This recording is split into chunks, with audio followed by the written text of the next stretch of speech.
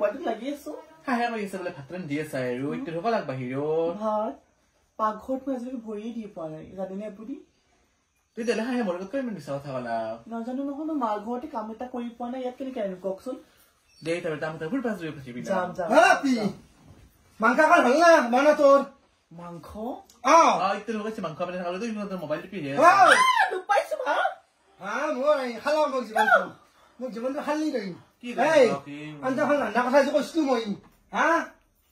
মিছা কথা নকয় কিয় তই বোলে ইমান মিছা কথা কবা পাৰা বৰে তুই কাম কৰিবা নাজনে কলে নাই হেঁতে কথা কয় নাই ইমান নাচদে তল পা নাচদে তোহাৰ নিচিনা সৰু আপি তুই বিয়া হৈছিলি তইতো কাম কৰিবা লাগে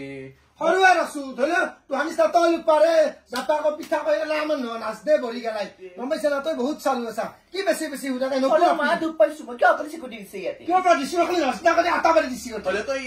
জুই হান হাহে তোৰ লগত পানী হান বঢ়িয়াটো চলি আছে দে কিনো কথা গেলা কয় তই ঘৰ পাত পাইছা না ভাংবা আহিছা কাৰণে ভাংবা হানে সঁচা কথা ইজ্জে কয় এইগিলা কথা